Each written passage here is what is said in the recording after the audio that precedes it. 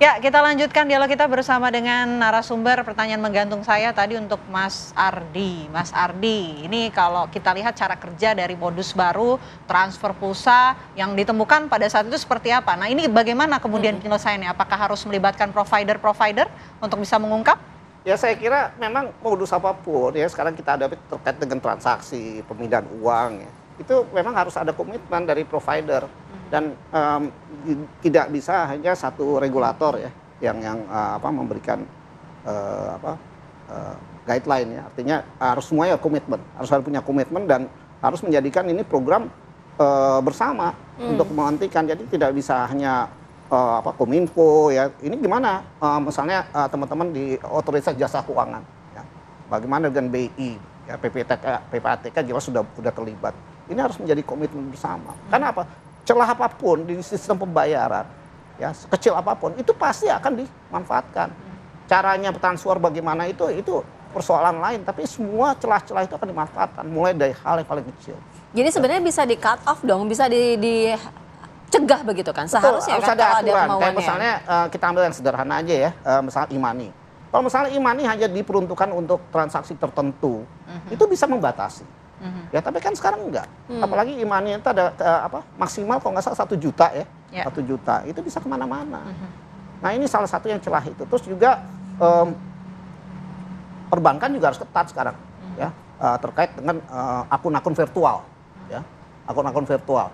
Itu pernah ada satu kejadian di mana satu nasabah punya 300 akun virtual. Coba bayangin, satu nasabah punya 300 akun virtual. Nah ini yang mau disalahkan siapa coba? Ini kan jadi masalah. Jadi ini harus ada komitmen bersama semua sektor ya, industri keuangannya, ya, otoritas pengawasannya, regulatornya, dan tentunya aparat hukum ini harus menyatu. Kalau cuma masing-masing parsial, ini ngerjain, itu tidak akan melihat helikopter view-nya nggak akan terlihat masalahnya. Masing-masing ngerjain ini reaktif aja. Nah ini yang sekarang kita hadapi adalah itu. Oke, jadi fokus dari sekarang kalau sudah terjadi penanganannya kemudian yang harus difokuskan gitu, harus tuntas. Harusnya pencegahan juga bukan? Nah pencegahannya itu edukatif. Edukatifnya jalan nggak? Enggak tidak. Kan? Iya. Nah, kalau udah ada edukatif apa? Yang harus dibuka itu siapa? Dunia pendidikan, pemuka masyarakat, pemuka agama, nggak bisa hanya pemerintah. Ini harus menjadi suatu kesatuan. Kalau masih ya kembali lagi, ini orang lihat, ini nunggu pemerintah, nggak bisa dong. Ini kan masalah bersama, masalah masyarakat, ya harus semuanya. Baik, kalau dari Mas Heri melihatnya bagaimana? Cara mengangkut akarnya dihilangkan gitu, dikupas tuntas. Ini kan kalau tadi juga dicermati bahwa ya jangan cuma hanya yang diberantas itu ya bagian bawah-bawah saja, artinya harus di bumi hanguskan secara keseluruhan gitu. Tapi bisa tidak dilakukan itu? Ya, saya tidak bermaksud untuk permisif ya, dalam artian bahwa ini sepertinya akan sulit ya. Cuman kita realistis saja bahwa untuk mengnolkannya dengan situasi yang saat ini rasanya sulit, tapi bisa diminimalisir. Sehingga tadi peran serta dalam keseluruhan aspek tadi harus diperhatikan. Misalnya hal kecil bagaimana tadi mengedukasi orang terkait dengan bahaya judi online. Dia kadang mengaktifkan zat-zat yang menimbulkan kecanduan. Kalau kita lihat algoritma dari judi online, warna-warninya kan sangat luar biasa menarik begitu ya.